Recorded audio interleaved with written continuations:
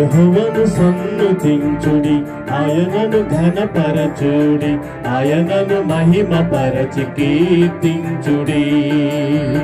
యెహోవాను సన్నుతించుడి, ఆయనను ఘనపరచుడి, ఆయనను మహిమపరచి కీర్తించుడి. నా అంతరంగమా పొందిన ఉపకారములను దేనిని మరువక కొనియాడుమా. నా అంతరంగమా పొందిన ఉపకారములను దేనిని మరువక కొనియాడుమా. ఆయననే నీవు ఆరాధించుమా, ఆయననే నీవు ప్రార్థించుమా, ఆయననే నీవు కీర్తించుమా. యెహోవాను సన్నుతించుడి, ఆయనను ఘనపరచుడి, ఆయనను మహిమపరచి కీర్తించుడి. యెహోవాను సన్నుతించుడి, ఆయనను ఘనపరచుడి, ఆయనను మహిమపరచి కీర్తించుడి.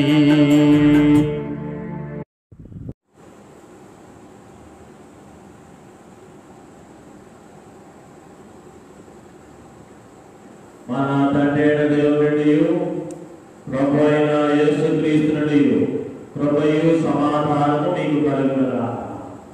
దైవ సంఘమంతయు ఎక్కడ వారు అక్కడ కూర్చోనండి.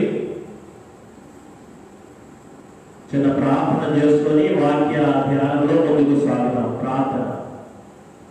అత్యంత ప్రేమ కృప కనికరము కలిగినటువంటి మా ప్రియ పరలోకపు తండ్రి, మా ప్రభువా, మా దేవా, ఇన్ని నాలు మీరు కాపాడిన విధానాన్ని బట్టి ప్రత్యేకమైన వందనాలు. ఇదిగో మనైనా 2020వ సంవత్సరము, ఇదిగో 5వ నెల మే మాసములో 3వ ఆదివారపు ఆరాధనలో ఉంటున్నాము. ఇదిగో మనైనా క్రైస్తవ క్రమము చెప్పున ఈస్టర్ తర్వాత 5వ పరిశుద్ధ ఆరాధన.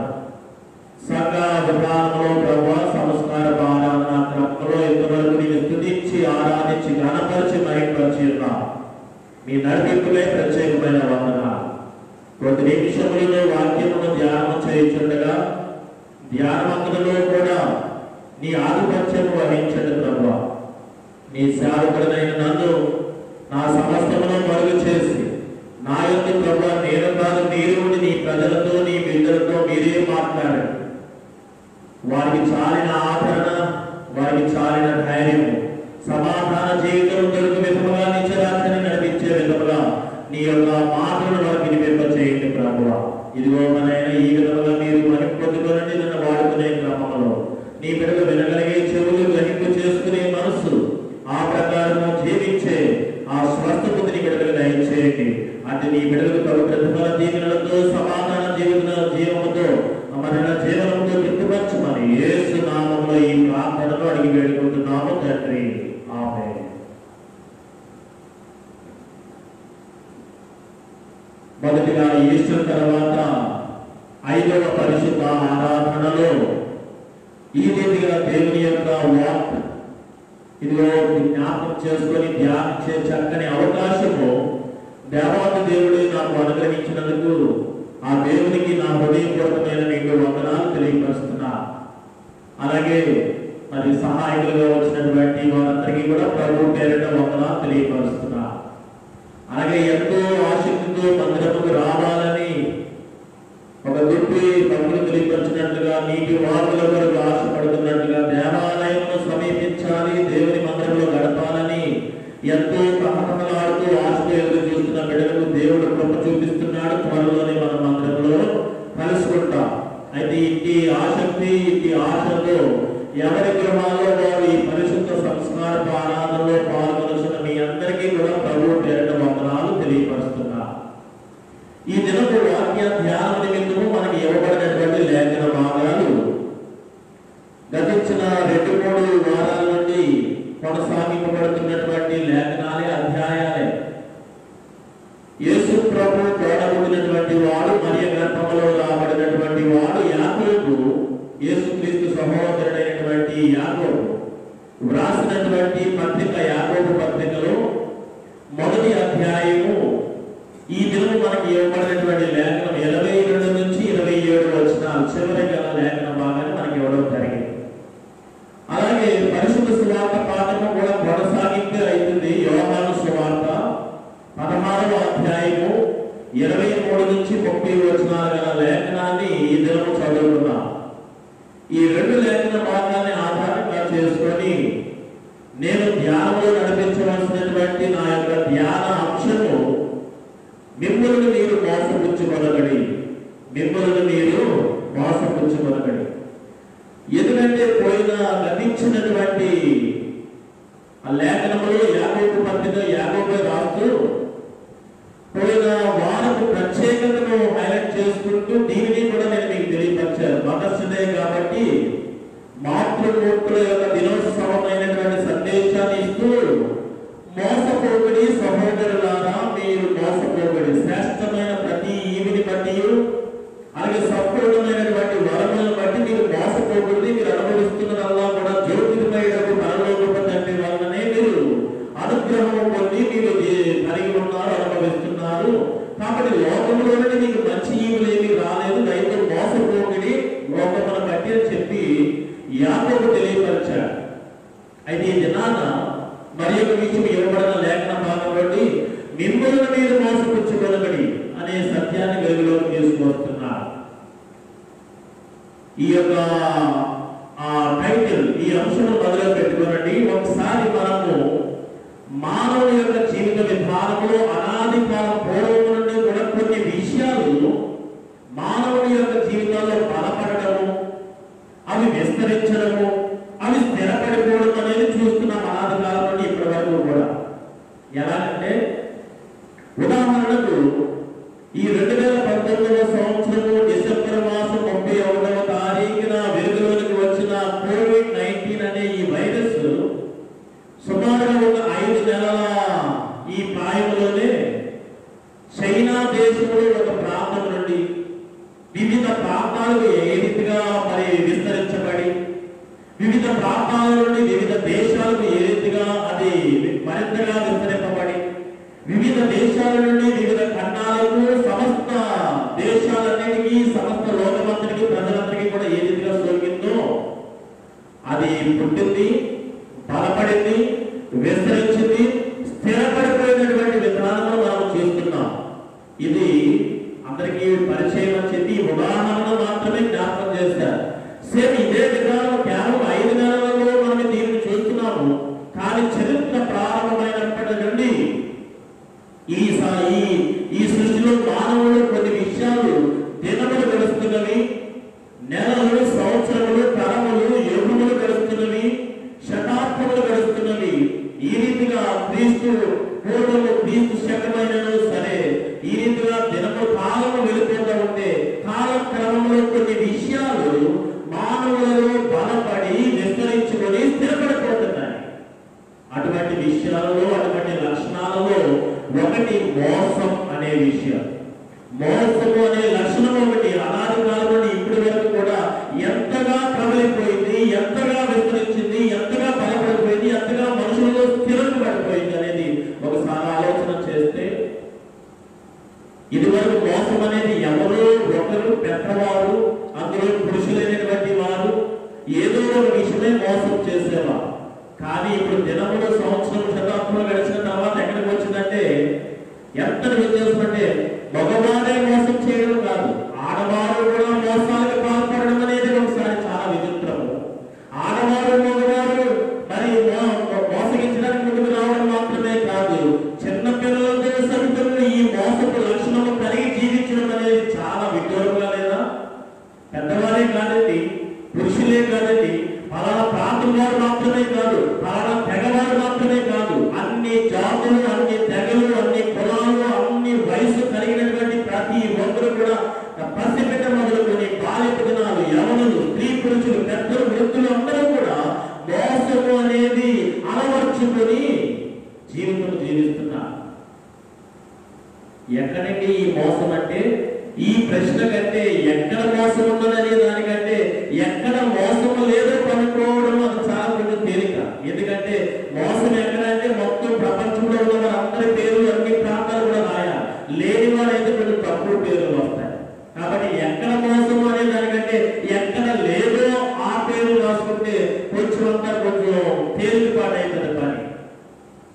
ఇంతగా మోసం అనే విషయం అనాది కాలం నుండి ఇప్పటి వరకు కూడా ప్రబలిపోయింది, విస్తరించింది, బలపడింది, స్థిరపడిపోయింది మనుషులలో. ఈ మోసములకు కారణం ఎవరో తెలుసా? విశ్వాసములకు కర్త యేసుక్రీస్తు అయితే మోసములకు కర్త ఎవరంటే పౌలు భక్తులు చెప్తా ఉంటాడు. ఆ 2వ కొరింథీ పత్రికలో 2వ అధ్యాయంలో 11వ వచనం ఆ సమీప వచనాలు ఏమంటారంటే క్షమాపణ విషయమైనటువంటి మాటలు మాట్లాడుతూ కొరింథీ సంఘముతో ఆ క్షమించే విధానములు సాతానుడు మిమ్మల్ని మోసపరచకుండా నిమిత్తము అనే పదము వాడతాడు. మోసానికి కారణం ఎవడు? సాతాను. కాబట్టి మీరు ఇంటికి వెళ్ళిన తర్వాత మీరు ఇంటిలో చదువుకుని ధ్యానమైన తర్వాత 2వ కొరింథీ పత్రిక 2వ అధ్యాయము 11వ వచనం సారాంశంలో నేను చెప్పడం జరిగింది. ఆ విధంగానే యోహాను భక్తుడు తనను తాను ఆత్మను అంకితం చేసుకున్నప్పుడు ఆ ఆత్మవశంలోకి వెళ్ళిపోయినప్పుడు ఆత్మ బోధించిన సంగతులు ప్రకటన గ్రంథంలో చెప్తున్నప్పుడు ప్రకటన గ్రంథంలో 12వ అధ్యాయం 9వ వచనంలో ఈ విధంగా ఉంటారు. త్రోసివేయబడిన వాడిగా, పడద్రోయబడినటువంటి వాడిగా అతగాడి పేరు నామము ఈ రీతిగా ఉండాలి. కట సర్పము లేకపోతే సర్పము, అపవాది అని వాడికి పేరు, సాతాను అనే వాడికి పేరు ఉన్నది. వాడు ఈ లోకమంతటినీ కూడా మోసగించుచున్నాడు. ఈ పదాలు అక్కడ ఉంటాయి. ప్రకటన గ్రంథం 12వ అధ్యాయం 9వ వచనంలో ఈ లోకమంతటినీ కూడా మోసగించేవాడు ఎవరంటే అపవాది. వాడి పేరు ఇంకా సాతాను అని అక్కడ యోహాను భక్తులు చెప్పడం మనం గమనించాలి. అంటే మోసానికి కారణం ఎవడనమాట? అపవాది అన్నమాట. విశ్వాసానికి కారకుడు కర్త యేసు ప్రభువు అని ఎన్నాగో అలాగే మోసానికి కారకుడు అపవాది అని నేను మీకు తెలియపరుస్తున్నాను ప్రియమైనటువంటి దేవుని బిడ్డలారా. అందుకనే బైబిల్ గ్రంథం మాటికి ఏమన్నదంటే మోసపోకడి. అందుకనే పోయిన గతించిన వారు ధ్యానంలో కూడా యాకోబు అంటున్నాడు, సహోదరులారా మీరు మోసపోకడి. అలాగే గలతీ పత్రికలో పౌలు భక్తులు కూడా చెప్తున్నాడు 6వ అధ్యాయం 7వ వచనంలో మీరు మోసపోకడి దేని విషయంలో అని అక్కడ ఒకసారి చెప్తున్నాడు. మీ మనుషుల మీరు ఏమి విత్తుదరో అదే పంట మీరు కోరుతారు, రైతు మీరు మోసపోకడి, దేవుడు వ్యతిరేకపడడు అనే మాటలు అక్కడ రాస్తూ ఉంటారు. అలాగే పరలోక రాజ్యపు వారసత్వం గురించి ఎవరు ఎన్ని మాటలు చెప్పినా మీ వైఖరిని కిందము మోసపోకడి అని 1వ కొరింథీ పత్రిక 6వ అధ్యాయము 9-10 వచనాలలో ఈ మాటలు రాయబడి ఉంటాయి. అన్యాయస్తులు దేవుని రాజ్యములకు వారసులు కారని మీరు ఎరుగరా, మోసపోకడి, జాగ్రత్త పడడి అని ఈ రీతిగా ఈ వచనాలన్నీ కూడా మీరు మొదలు పెట్టుకోరండి. 1వ కొరింథీ పత్రిక 6వ అధ్యాయము 9-10 వచనాల్లో ఈ మాట, గలతీ పత్రిక 6వ అధ్యాయం 7వ వచనంలో మోసపోకడి, దేవుడు వెక్కిరించబడని మాటలు. నిన్నటి వారు యాకోబు పత్రిక 1వ అధ్యాయం 16వ వచనంలో సహోదరులారా మీరు మోసపోకడి. బైబిల్ గ్రంథము మాటికి ఒక గొప్ప మేల్కొల్పు భక్తుల ద్వారా మానవానికి ఇచ్చింది. ఎందుకంటే అనాది కాలం నుండి మోసము అనే లక్షణము అనే విషయము మనుషులలో బలపడి, విస్తరించబడి, స్థిరపడి మనుషులను నాశనం వైపు నడిపిస్తుంది. కాబట్టి రైతు మోసపోకడు అని ఈ రీతిగా మోసానికి కారకుడు అపవాది సాతాను. ఈ మోసము మాంసము కాదండి, ఆదివారం కదా మాంసం అనుకున్నారు కదా, మాంసము కాదు మోసం. ఈ మోసము ఎక్కడైతే ఉన్నదో అక్కడ కొన్ని విషయాలు కనుమరుగైపోతాయి.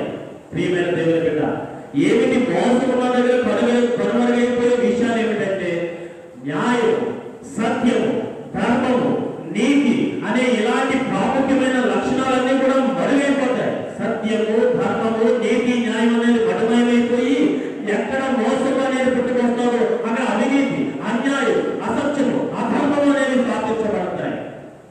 దీని ద్వారా మానవుడు ఎంత దుఃఖమునకు లోనైపోవాలంటే, ఎంత దిగజారిపోవాలంటే, ఎన్ని కోల్పోవాలంటే చివరికి ఒక ఉదాహరణ నేను ముందుకు తీసుకుని వస్తున్నా. ఉదాహరణగా మనం లోకంలో చూస్తున్నటువంటి అనేక మరణాలు ఉన్నాయి కదా. మరణాలు వివిధ రకాలుగా ఉంటాయి. వయసు మళ్ళినటువంటి వారు సహజ క్రమంలో వారు మరణావస్థకు చేరుకుంటారు. కొన్నైతే ఇప్పుడు పట్టి పీడిస్తున్న వ్యాధి బారిన పడి, రోగాల బారిన పడి మరణించిన వారి సంఖ్య కొద్దిమంది. సహజ మరణాలు కొన్ని సంఖ్య అయితే వ్యాధులు, బాధలు, రోగములతో మరణించిన వారి సంఖ్య కొద్దిమంది. అలాగే కరువు, అప్పులు ఇలాంటి బాధలతో మరణించే వారు కొద్దిమంది. ఇలాంటి మరణాలు విడదీస్తూ ఉంటే ఆ క్రమంలో మోసగింపబడిన వారు కూడా మరణించిన సందర్భాలు చరిత్రలో అనేకమైనవి ఉంటున్నాయి. మోసము చేత మోసానికి పాల్పడిన వారు బాగానే ఉన్నారు. మోసగింపబడినటువంటి వారు ఆ అవమానములు తట్టుకోలేక, కలిగిన నష్టాన్ని, ఆ వాటిలో నష్టాన్ని నుండి తేలుకోలేక, ఇక గత్యంతరం లేక మరణించినటువంటి మరణాల జాబితా కూడా చరిత్రలో ఉన్నది. ఒక వ్యాధి నిమిత్తం ఎలా చనిపోయారో, సహజ మరణాలు ఏ రీతిగా ఉన్నారో, ప్రమాదవశాత్తు మరణాలు ఏ రీతిగా ఉన్నారో, ఆకలి మరణాలు, అప్పుల మరణాలు ఏ రీతిగా ఉన్నారో, మోసగింపబడిన వారి కూడా ఆ రీతిగా మరణించిన వారు సమాజంలో ఉన్నారని జ్ఞాపకం చేస్తున్నారు. కాబట్టి ప్రియమైనటువంటి దేవుని బిడ్డలారా, ఇంతకీ మోసాలు ఎంతగా మరణానికి చేరువ చేస్తూ ఉంటే నాయకులైనటువంటి వారు ఏం చేస్తున్నారు? మనం ఎంతగానో ప్రేమించి మంచి పాలన ఇస్తారని చెప్పి, ఈ మోసాన్ని అరికడతారని చెప్పి నాయకులు ఎందుకంటే ఓటులు వేస్తున్నారని వారే మనల్ని మోసం చేయట్లేదా? నాయకులు మోసం చేస్తున్నారు ప్రజలను. నాయకులను నిలదీయడానికి అధికారులు ఉంటే అధికారులు మనం మోసం చేస్తున్నారు. అధికారులు ఏమైనా సరే తప్పుడు మోసం చేస్తూ ఉంటే రాజ్యాంగంలో లేకపోతే ప్రభుత్వం ఏదైనా కంట్రోల్ చేస్తుంది, ఏదైనా చర్యలు తీసుకుంటారు, శిక్షిస్తుంటే ప్రభుత్వాలతో సైతం మోసగింపే కదా. ఒక్కసారి మనము సమయాన్ని కేటాయించి పార్లమెంటు సభ లేకపోతే అసెంబ్లీలో జరుగుతున్నటువంటి వేదిక సభలు మనం చూసినట్లయితే ఇదిగో గతించిన సంవత్సరాలు మీ ప్రభుత్వం ఎంత మోసం చేస్తుందని మనం బయట పెడుతూ ఉంటారు. మోసం అనే పదం రిపీట్ అయితేనే ఉంటారు. అంటే పాలించిన వారు నాయకులు మనం మోసం చేశారు, వాటిని నిలదీసి అడగవలసిన అధికారులు మనం మోసం చేస్తున్నారు ప్రజలను. అధికారులు ఈ రీతిగా చేస్తే యాక్షన్ తీసుకోవాల్సిన ప్రభుత్వ యంత్రాంగం కూడా ప్రజలను మోసం చేస్తుంది. ఇవే కాదండి, ఈ విభాగమే కాదు, ప్రజలు ఎంతో శ్రమపడి కష్టపడి బ్యాంకులలో నిధులు దాస్తూ ఉంటే, చిన్న నిధి పెద్ద నిధి దాస్తూ ఉంటే రాత్రికి రాత్రి దివాలా తీసి పేర్లు మార్చినటువంటి బ్యాంకులు ఎంత మోసం చేశాయి. నాయకులు, అధికారులు, ప్రభుత్వాలు, బ్యాంకులు ఎలా ఉంటుంది? మోసగింపబడినటువంటి నీవు ఎలా పట్టుకోగలుగుతున్నావు? ఆ పెయిన్ ఎలా ఉంటుందో నీకు తెలుసు కదా. ఇది ఒక ఎత్తమ్మా, ఇది ఒక ఎత్తు, ఇది ఒక విభాగం పక్కన పెట్టండి. ఇంకొచ్చి ముందుకు వెళ్తున్నాను. దీనిని కొంచెం ఎలాగైనా కొంచెం కొన్ని రోజులు భరించలేనటువంటి వేదన బాధలతో ఏదో కోరుకున్నాం అనుకోండి, ఈ బాధ ఎలా ఉంటారు. కానీ మనకు తెలిసిన వారే మనం మోసం చేస్తే, ఉదయం అయితే మన ఇంటి పక్క వారు, ముంగలి వారు అందరూ కలుసుకోవాలి కదా.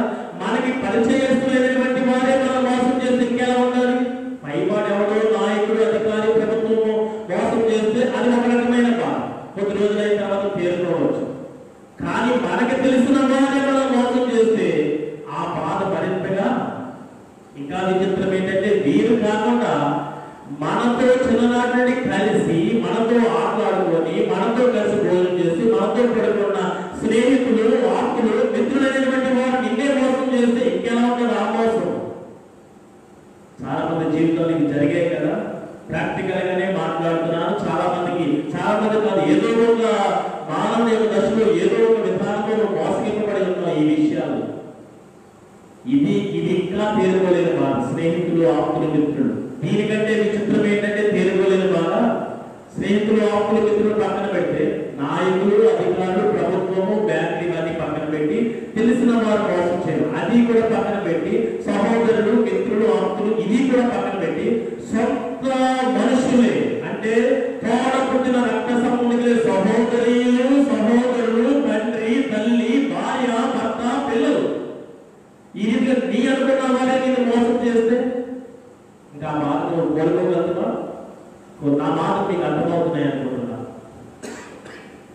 ప్రియమైనటువంటి దేవుని బిడ్డలారా, ఇది ఎలా ఉంటే ఈ దిన నా వాక్య భాగం ఏంటంటే, సహోదరులారా మీరు మోసపోకడి అని ఇదంతా పైవాళ్ళు చెప్తున్నారు. కానీ ఈ దిన లేఖన భాగం ఏంటంటే, నేను ఇచ్చిన టాపిక్, నేను ఇచ్చిన వాక్యంలోని తీసుకోబడినటువంటి టాపిక్, మిమ్మల్ని మీరు మోసపుచ్చుకోరు. పైవారి మోసాలే ఒక క్రమముగా ఒక తర్వాత ఒకటి తట్టుకోలేని స్థితిలో ఉంటే, ఇక పోయి నిన్ను నీవు మోసం చేసుకుంటే ఇంకెలా ఉంటుంది ఆ పరిస్థితి? దానికి ఊహలు, నీ ఊహలు అందించి కదా ఆ పరిస్థితి. దాని యొక్క పర్యవసానము, దాని ప్రతిఫలం తేరుకోలే భవిష్యత్తులో. ప్రియమైనటువంటి దేవుని బిడ్డ, పైవారు తెలియని వారు, తెలిసిన వారు, ఆప్తులు, మిత్రులు, కుటుంబీకులు ఒకరి తర్వాత ఒకరు మోసం చేస్తా ఉంటే దెబ్బ మీద దెబ్బన్నట్టుగా భరించలేదు. దానికంటే ఘోరమైనది ఏంటంటే నిన్ను నీవు మోసం చేసుకోవడమే. ఎందుకంటే ఇర్మియా భక్తుడు చెప్పాడు కదా, 17వ అధ్యాయం 9వ వచనంలో ప్రవక్త ఇర్మియా ఈ రీతిగా ప్రవచనం పలుకుతున్నాడు. హృదయం అన్నిటికంటే మోసకరం, ఘోరమైన వ్యాధి కాదు. దానిని ఎవరు ఎదుగుతాడు? యెహోవాయే అంతరంగమును ఎరిగి పరిశీలన చేసి పరిశోధించేవాడని చెప్పి ఇర్మియా గ్రంథం 17వ అధ్యాయం 9వ వచనంలో ఈ రీతిగా ప్రవచనం వేయబడింది కదా. ఎవరో మోసగిస్తే తట్టుకోలేకపోవడం కాదయ్యా, నిన్ను నీవు మోసం చేసుకోకుండా జాగ్రత్త పడు. ఎందుకంటే నీ హృదయమే మోసకరమైనది.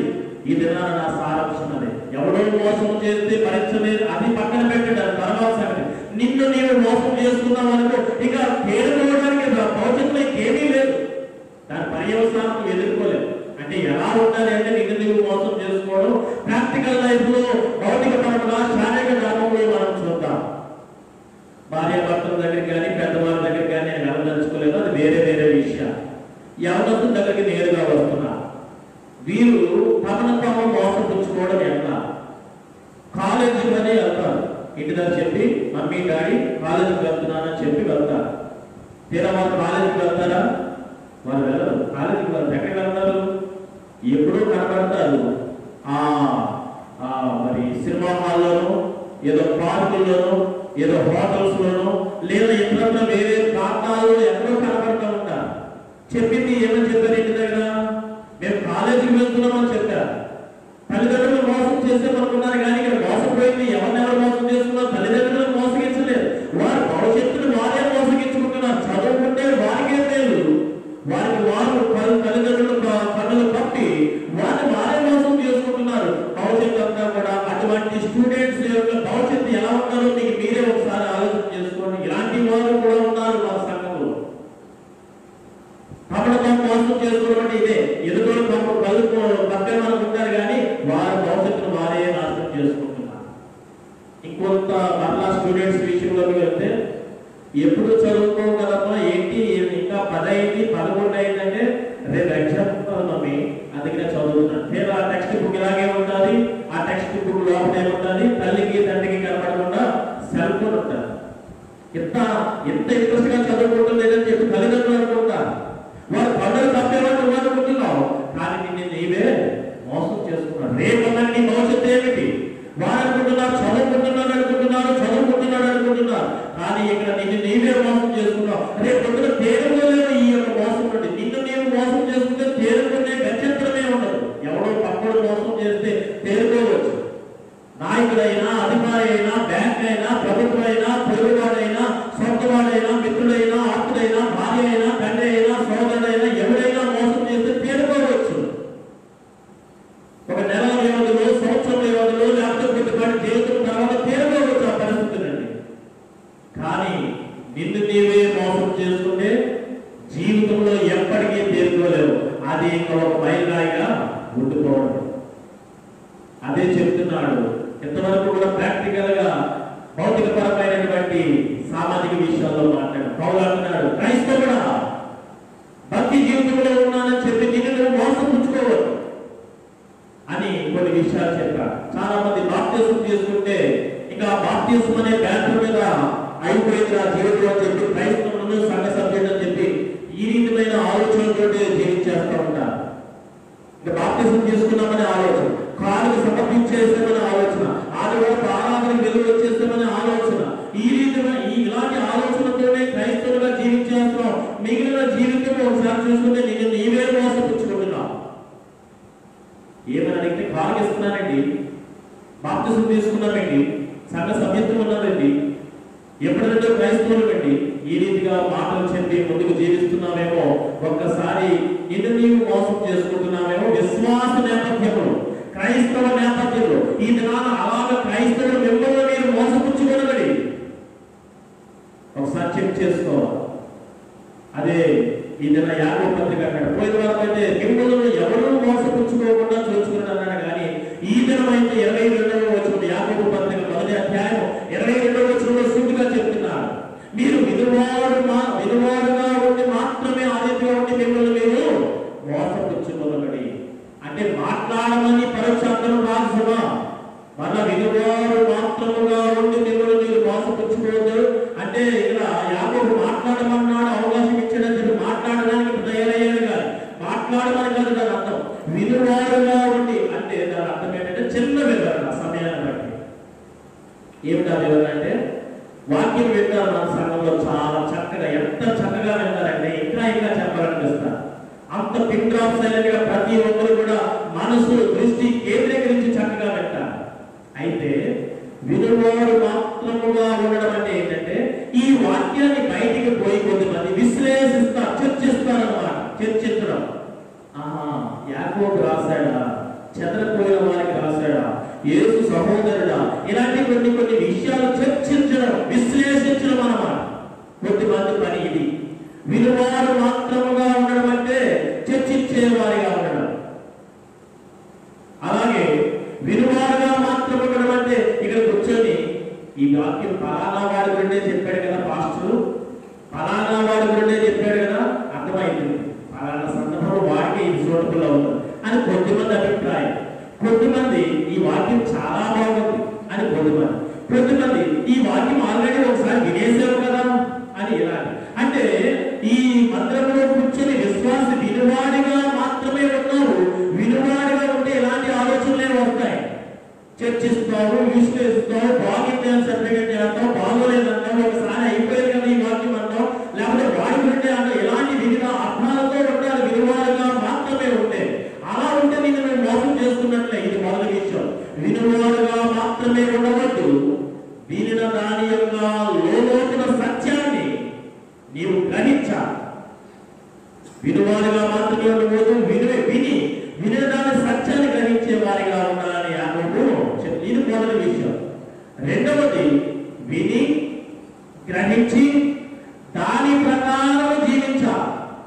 వాక్యానుసారమైన ప్రవర్తన కలిగి ఉండండి అని 22-23 వచ్చి ఆ మధ్య భాగంలో చెప్పడం జరిగింది. మీరు వాక్యము వినువారుగా ఉండి మిమ్మల్ని మీరు మోసపుచ్చుకొనబడి మీరు ఏ వాక్యము వింటారో దానిని అనుసరించే ప్రవర్తన కలిగి ఉండండి అని రెండవ మాట చెప్తాడు. మనము మోసపుచ్చుకోకుండా ఉండాలి అంటే రెండవది మొదటి వినాలా, దాని భావము సత్యము గుర్తిరగాల. రెండవ విషయానికి వచ్చేసరికి ఆ వాక్యానుసారమైన సత్య వాక్కుల మార్గము ప్రకారం మనము జీవించాలి.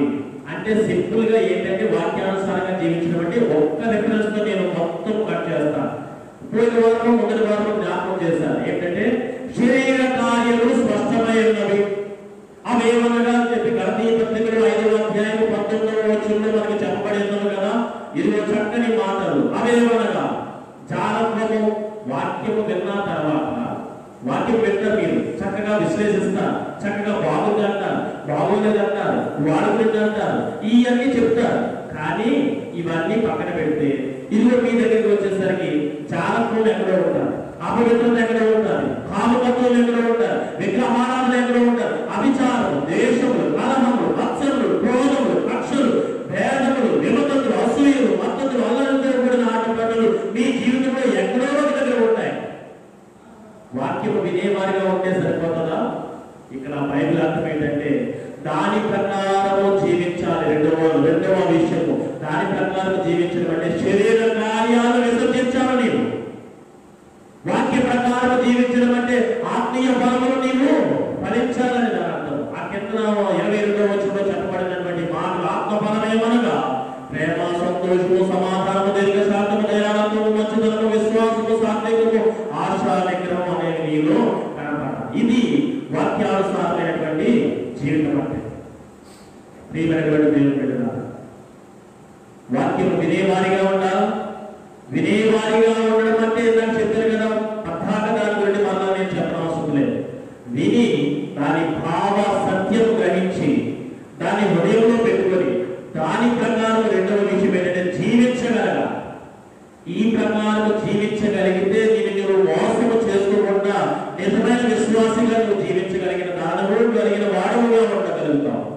అయితే అలాగానే లేకపోతే వాక్యము విని 22వ వచనం దాటుకుంటూ వెళ్తాడు. వాక్యము విని అర్థములో ఒకడు తన మొగమును చూసుకున్నట్టుగా సహజ మొగమును చూసుకున్న వాడిగా మరలా బయటికి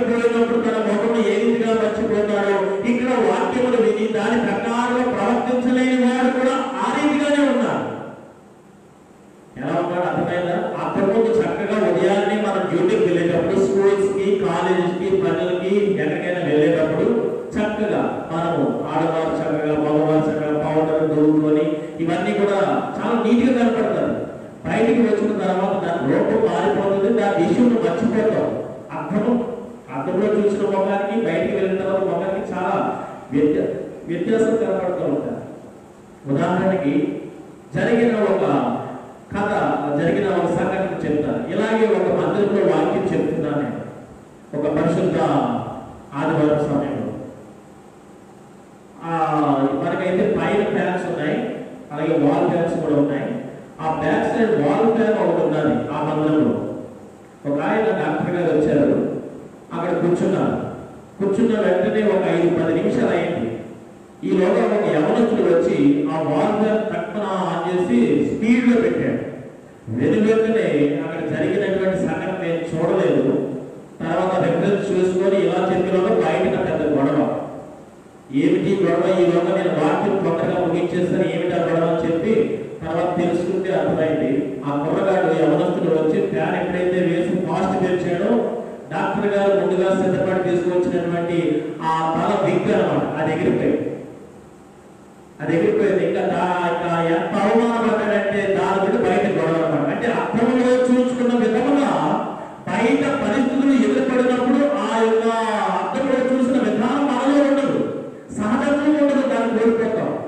కాబట్టి ఒకరు వాక్యమును విని అర్థంలో చూసుకున్నట్లుగా మళ్ళీ బయటికి వెళ్ళినప్పుడు పరిస్థితులు అనుకూలంగా ఆ ముఖాలనే మారిపోతాయి, ఒకరిలో సమస్య మారిపోతాయి. అలాగే ఒకరిలో చెప్తున్నాడు, ఎప్పటికప్పుడు నీ సహజత్వంలో నువ్వు అర్థంలో చూసుకొని వాక్యంలో చూసుకొని సరి చేసుకో. అదే కదా 119వ సంకీర్తనలో 9వ వచనంలో చెప్పబడింది, యవనస్తులు దేని చేత తన ప్రవర్తన సరి చేసుకుందరు? కేవలం నీ వాక్యమును చూసి దాన్ని చదువు ద్వారానే కదా. కాబట్టి మనం ఎప్పటికప్పుడు కేవలం అర్థములో ఉన్నంత మాత్రమే కాదు, అర్థము లాంటి వాక్యములు. అందుకనే మోషేతో యెహోవా దేవుడు చెప్పాడు ద్వితీయోపదేశం 6వ అధ్యాయంలో కూడా, మీరు కూర్చుంటున్నప్పుడు, మీరు లేచినప్పుడు, మీరు పడుకున్నప్పుడు, మీరు తినినప్పుడు మీ చేతులకు కంటికి పడవలసినట్టుగా చేతులకు సూచన ప్రాయంగా గమనాలను అలంకరించుకోండి. ఎప్పుడైనా అర్థం నీ దగ్గరే ఉందా, వాక్యములోనే ఉందా, వాక్యం నీలో ఉందా, వాక్యం నీ నోటిలో ఉందా, వాక్యం నీ హృదయంలో ఉందా. ఎప్పటికప్పుడు నీ సహజత్వములను పరీక్షించుకుంటూనే ఉందా విశ్వాసి. అంతేగాని ఆదివారం ఆరాధన వచ్చినప్పుడు అర్థంలో చూసుకున్నట్టుగా మీ పరిస్థితులు వెంటనే ముసుగు వేయడాలు, స్తుతులు, స్తోత్రాలను కూడా ఎంతతో సరిపోదు. నువ్వు సమాజంలోకి వెళ్ళిన తర్వాత ఎదురుపడినటువంటి పరిస్థితులు బట్టి నీ సహజత్వము విశ్వాసం అనేది కోల్పోతున్నావేమో డాక్టర్ గారు మీకు ఎదురుపోయినట్లుగా. కాబట్టి 3వ విషయం, ఎప్పటికప్పుడు విశ్వాసం చెక్ చేసుకో. వినువాడు మాత్రముగా ఉండవద్దు. ఆ వాక్యముని ఎవరు వింటే కాదు, నీ గురించి చెప్పానని నువ్వు అర్థం చేసుకో. మొదటి విషయం. రెండవది, వినిన దాని ప్రకారం ప్రవర్తించడం నేర్చుకో. శరీర కార్యాలను విసర్జించు, ఆత్మీయ భావాలు ధరించే దిశగా నీవు జీవించింది. రెండవది. మూడవది, ఎప్పటికప్పుడు ఆదివారం సమయంలో ఆరాధన వచ్చినప్పుడే నీ పరిశుద్ధతను నువ్వు విశ్వాసాన్ని చెక్ చేసుకోవడం కాదు, ఆమె నిత్యము నీ నోటిలో, నీ హృదయంలో, నీ జీవితంలో వాక్యం ఉండగా నువ్వు చూసుకొని ఎప్పటికప్పుడు నీ సహజ విశ్వాసపు జీవనయాన్ని చెక్ చేసుకుంటూ ముందుకు సాగిన 3వ విషయం. 4వ విషయం కూడా చెప్పాడు. పై విషయాలు 3ని కలిపి ఇక్కడ 4వ విషయం చెప్పాడు. నీవు నియమము ప్రకారము వినుటలోను క్రియలలోను నీవు క్రియలను ధన్యుడుగా ఉన్నట్లు జీవించంటా ఉంటాడు. అదే కంటిన్యూషన్ లో యాకోబు పత్రిక 1వ అధ్యాయము 24వ వచనానికి వచ్చేసరికి నీవు నియమము చెప్పున నిలబడు, నియమములో నిలబడు. అంటే ఆ నియమం ఏంటో చెప్పాడు. స్వాతంత్రమును ఇచ్చే నియమం అంటే గలతీ పత్రిక 5వ అధ్యాయం 2వ వచనం, క్రీస్తు ఈ స్వాతంత్రం అనుగ్రహించి మిమ్మల్ని ఏం చేశాడు? స్వతంత్రులుగా చేశాడు. క్రీస్తులో నిలబడు. క్రీస్తు నిలబడు నియమము. క్రీస్తు అనగా వాక్యంలో నిలబడు నీవు. పౌలు భక్తుడు రోమా సంఘానికి రాస్తూ 10వ అధ్యాయము 17వ వచనంలో ఈ విధంగా కట్టన వాక్యమే, కాగా వినుట వలన విశ్వాసము వలన, విశ్వాసము క్రీస్తు యేసును గురించిన మాట వలన కలుగును. ఇక్కడ యాకోబు భక్తుడు అంటున్నాడు, మీరు వినండి, వినిన దాని ప్రకారం ప్రవర్తించాలని క్రియారూపము దాల్చండి, క్రియలలో నీవు ధన్యుడగాలి. ఇదే యాకోబు భక్తుడు ఇప్పుడు 3వ అధ్యాయానికి వచ్చేసరికి అక్కడ క్రియలు లేని విశ్వాసము. ఆ మాటలు పదాలు చాలా ఫాస్ట్ గా వెళ్ళిపోతుంది, మీకు అర్థమవుతున్నాయో లేదో. ఇక్కడ వినండి, క్రియలలోకి రండి అంటున్నాడు. ఇదే యాకోబు 3వ అధ్యాయానికి వెళ్తే ఏమన్నాడంటే మధ్యలో విశ్వాసం అనేది పెట్టాడు. పౌలు చెప్పినట్టుగా వినటం వల్ల ఏమొస్తుంది? విశ్వాసం. విశ్వాసం అనేది క్రియ రూపం దాల్చకపోతే అది రూపమే, వ్యర్థమే. కాబట్టి నియమం ఏంటంటే క్రీస్తుని గురించిన మాట వినేవారిగా ఉండాలా, ఆ మాటను విని విశ్వసించేవారిగా ఉండాలి. ఇది నియమము. ఆ ప్రకారమే విశ్వాసం క్రియలు లేకపోతే ఉదాహరణకి క్రియ అనేది ఏంటంటే ఇక్కడ చెప్పబడినటువంటి మాట, ఒకడు వరదలో కొట్టుకుని పోతున్నాడు, వెనువెంటనే ఏం పర్వాలేదు నేను నా ప్రభువు ప్రార్థన చేస్తానంటే బాగుంటుందా? అవతల వాడేమో వరదలో కొట్టుకుని వెళ్ళిపోతున్నాడు, నీవు ఇక్కడ కూర్చొని ప్రార్థన చేస్తానంటే ఏదైనా అది మంచిగా ఉన్నది వినడానికి. ఒకడేమో రోడ్డు మీద ఆకలితో అవలంబిస్తున్నాడు, నీవు నిద్రం కలిగి ధైర్యంగా ఉండి ఏమో నీ పక్షంలో గొప్ప కార్యం చేస్తే నేను ప్రార్థన చేస్తానని వెళ్ళిపోతే ఏమైనా బాగుంటుందా? అంటే నీకు విశ్వాసం ఉన్నది కానీ క్రియ లేదనమాట. అలాంటి విశ్వాసులు మోసగాడు తమను తామే మోసగించుకుంటున్నాడనే భావనతో నేను చెప్తున్నా. అదే యాకోబు చెప్పాడు ఇక్కడ. వినువాడు మాత్రముగా ఉండిపోవద్దు, మిమ్మల్ని మీరు మోసం చేసుకున్నట్లే. విని దాని ప్రకారం మీరు ప్రవర్తించాలి. అది నాకుండే అని చెప్పి ప్రతి ఎవరికుండో కాదు, నీవు విశ్లేషించడానికి కాదు, నీవు సర్టిఫై చేయడానికి కాదు, ఎవరిలో ఆపాదించడానికి కాదు. ఈ వాక్యము నీకుండే అనే భావనతో కలిగి ఉన్నా, అప్పుడు నీవు మోసం చేసుకునే స్థితిలోకి వెళ్ళిపో. రెండోది, వినడానికి ప్రకారం విశ్వసించాలా, నువ్వు ప్రవర్తించాలి. ఆ ప్రకారం ఇక్కడ మరి ఒక మాట చెప్తున్నాడు, చక్కని మాట, నియమంలో మీరు నిలబడి. ఇంకొంచెం దారుగా ముందుకు వెళితే భక్తి పిల్లలు చెప్పుకుంటూ నోటికి మాత్రం కళ్ళెమ వెయ్యకపోతే నీ భక్తి జీవితం అంతా కూడా వ్యర్థమే అంటున్నాడు. నోటి ప్రస్తావన, నాలుక ప్రస్తావన, నోటి మాటలు, పెదవుల్లో వచ్చే మాటలు చాలా సందర్భాల్లో బైబిల్లో చెప్పింది. ఉప్పు వేసినట్లుగా సారములా ఉండాలి అని, మృదుమైనటువంటి మాటలు మాట్లాడాలని, మితమైనటువంటి మాటలు మాట్లాడాలని, ఈ రీతిగా నాలుక, పెదవులు, నోటి మాటల గురించి బైబిల్ ఆయా సందర్భాల్లో చెప్పడం జరిగింది. ఇక్కడ కూడా అంటున్నాడు, మీరు మీ పెదవులకి కళ్ళెము వేసుకోకుండా ఇష్టానుసారంగా మాట్లాడవు. సంఘ కార్యక్రమాల గురించి, సంఘ ఆరాధన విషయాల గురించి, పక్క వారి విశ్వాసం గురించి, పొరుగు కుటుంబాన్ని బట్టి ఇష్టానుసారంగా మాట్లాడవు.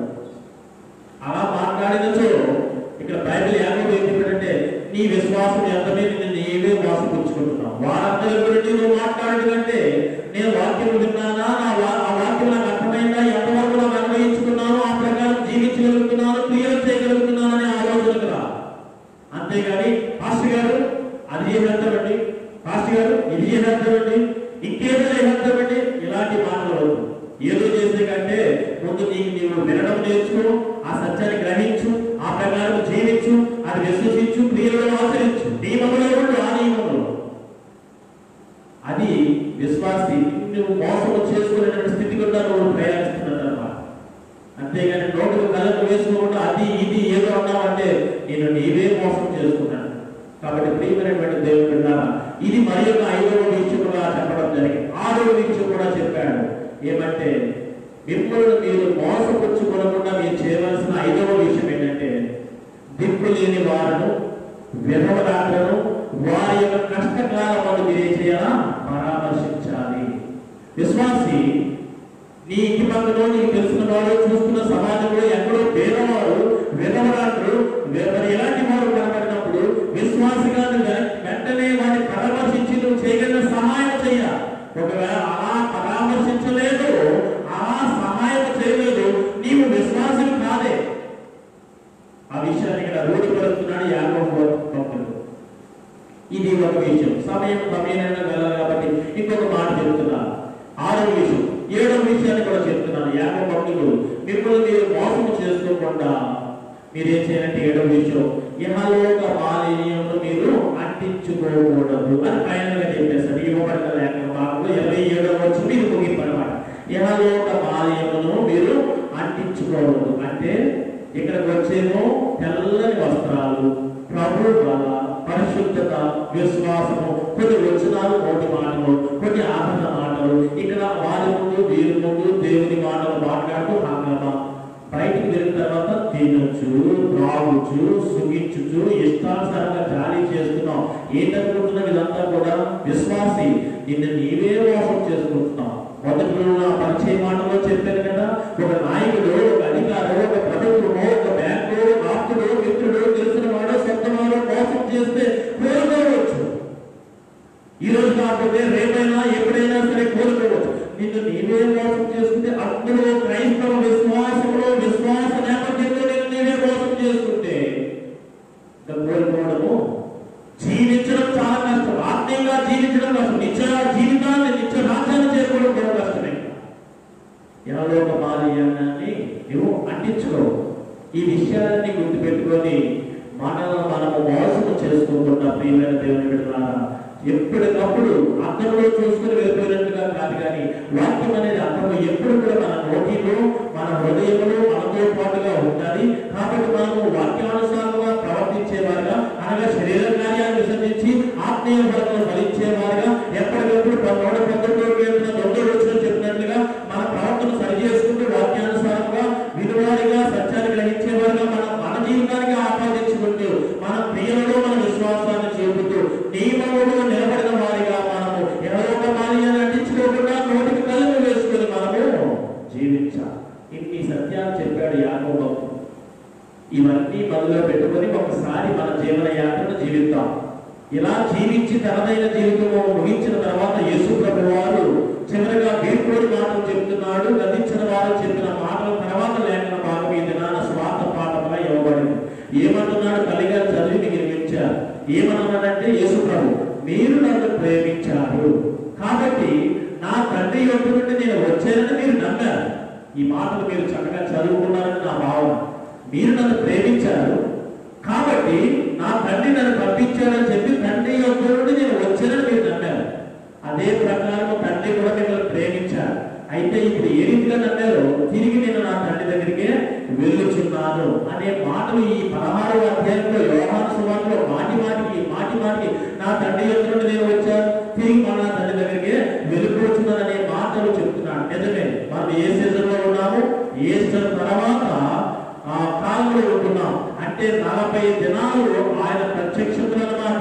ఎన్నిసార్లు మనం కీర్తన పాడుకున్నాము కదా, తండ్రి దగ్గర నుండి పరలోకం నుండి పంపబడిన కుమారుడిగా ఉడకవచ్చును పాడుకున్నాము కదా, దేవుని ప్రేమ ఇదిగో అనే కీర్తనలో పరలోకం నుండి పంపబడిన వాడిగా ఉండవచ్చును, తర్వాత ఈ లోకానికి వచ్చినటువంటి వాడిగా, తర్వాత ఆయన ఎన్నో కార్యాలు చేసి సత్యమార్గంలో నడిపించినటువంటి వాడిగా, చివరిగా 40 దినాల ప్రస్తావన కూడా 11వ వచనంలో, 14వ వచనంలో 11 ప్రస్తావన ప్రత్యక్షతలు తిరిగి ఆయన వెళ్ళిపోతున్నాడు. ఈ వారం అంటే యేసు తర్వాత 5 వారాలు గతించిపోయాయి. అంటే 40 దినాల ప్రస్తావన ముగింపు వచ్చేసింది. ఆయన 6 రోజులు ఎక్కడ నుండి పంపబడ్డాడు, తిరిగి మళ్ళీ అక్కడికి వెళ్ళిపోవలసినటువంటి సమయం వచ్చింది. అదే చెప్తున్నాడు ఇక్కడ సువార్తలో, నేను పరలోకం నుండి తండ్రి చేత పంపబడి మరలా నేను వెళ్ళిపోతున్నాను. గూఢమైనవిగా నేను ఎంతవరకు మాట్లాడాను కానీ ఇదో మీరే చెప్తున్నాను. ఇప్పుడు గూఢంగా మాట్లాడట్లేదు ప్రభు, నువ్వు వాస్తవంగా ఏది ముక్కుసూటిగా మాట్లాడుతున్నావు, ఏది ఎవరినో కూడా నేను అడగడానికి ఏ మాత్రం కూడా ప్రశ్నలు లేకుండా సందేహం లేకుండా మాట్లాడుతున్నావు అంటే నిజమే, నేను గూఢంగా మాట్లాడట్లేదు. ఎందుకంటే నేను వెళ్ళవలసిన సమయము వచ్చే ఉన్నది. మీరందరూ కూడా నన్ను విడిచిపెట్టి మీ గడపలకు, మీ ఇళ్లకు పారిపోయే సమయం కూడా వచ్చి ఉన్నది. అయితే మీరు నన్ను విడిచిపెడతారు, కానీ నా తండ్రి నన్ను విడిచిపెట్టాడు. మీరైతే నా విషయంలో ఎన్నో శ్రమలు మోసగింపబడి శ్రమలు పొందవలసిన పరిస్థితి వస్తుంది. అయితే మీరు లోకంలో ఉన్నటువంటి ఆ శ్రమలు మోసం ద్వారా ఏదైనా శ్రమలు పట్టుకోనండి. ఈ లోకం నుండి వచ్చిన శ్రమలు మీరు మోసం తట్టుకోండి, కానీ మిమ్మల్ని మీరు మోసపోవచ్చుకోకుండా మిమ్మల్ని మీరు సరి చేసుకొని జీవించండి. ఆయన సంతోషము, ఆయన ప్రేమ మీలో పరిపూర్ణమైంది. కాబట్టి ప్రియమైనటువంటి దేవుడు ఈస్టర్ తర్వాత అన్ని పరిశుద్ధ వారాలు మనం ముగించుకున్నాం. ఈ దినం చివరి పరిశుద్ధ వారం, ఈస్టర్ 5వ పరిశుద్ధ వారం. అంటే 40 దినాల ప్రస్తావన యేసు ప్రభు పునరుత్థానుడై తిరిగి ఆరోహణుడై తండ్రి కుడి పార్శ్వమున ఆసీనుడిగా ఉండడానికి వెళ్ళిపోతున్నాడు. ఆ సమయం సమీపించాడు. కాబట్టి ఆయన వలె మనం ఎక్కడి నుండి వచ్చాం? తండ్రి ద్వారానే వచ్చినాం ఈ లోకానికి. యాత్రికులుగా పరదేశులుగా వచ్చినాం. ఈ యాత్ర ముగించుకొని మనం తిరిగి యేసు ప్రభు చూపించిన మాదిరిగానే మనం పరలోక తండ్రి దగ్గరికే మనం వెళ్ళాలి. ప్రభువా మాకు నివాస స్థలము నీవే. మరలా తండ్రి యేసు ప్రభు వలె మనము కూడా ఆ మాదిరిని అనుసరించి మనము వెళ్ళాలి. కాబట్టి